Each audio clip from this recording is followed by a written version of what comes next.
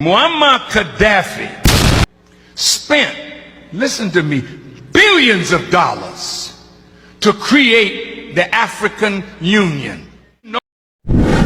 Muammar Gaddafi, born on June 7, 1942, in Qasr Abu Hadi, Libya, rose to prominence as a revolutionary leader. His debut marked the beginning of a significant chapter in Libyan and African history.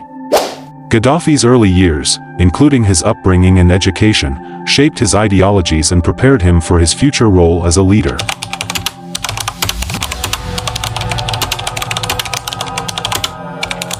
Gaddafi's rule, spanning from 1969 to 2011, was marked by his revolutionary zeal and efforts to redefine the Libyan state.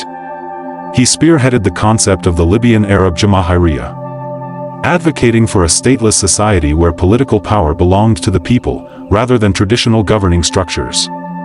This visionary approach challenged conventional notions of governance, and garnered both support and opposition domestically and internationally. Gaddafi's ambitious vision extended beyond Libya's borders, encompassing the entire African continent.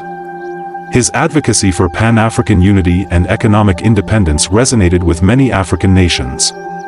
He sought to establish a new economic order through initiatives like the African gold-backed currency, known as the gold dinar. This currency aimed to challenge the dominance of the US dollar and euro in African oil transactions, potentially reshaping the continent's economic landscape.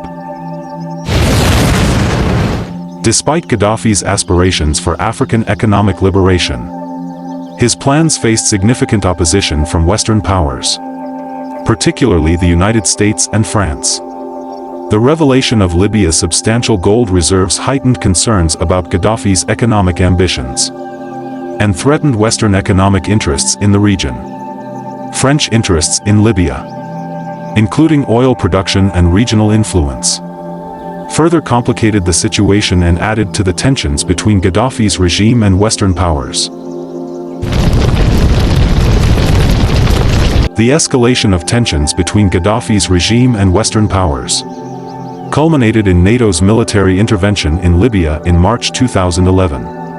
Under the pretext of humanitarian concerns, NATO initiated airstrikes and military operations targeting Gaddafi's regime, ultimately leading to his capture and death on October 20, 2011. His assassination marked the end of his African dream, and raised questions about the future of African leadership and economic independence. Despite the controversy surrounding Gaddafi's rule, particularly his cult of personality and populist policies, his vision for Africa's economic liberation resonated with many African nations. His death left a void in African leadership, with ongoing debates about the continent's ability to pursue economic independence in the face of external pressures and vested interests.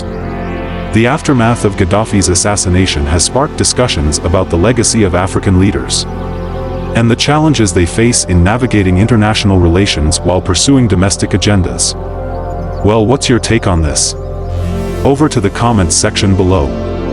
Don't forget to like and share. See you on our next video.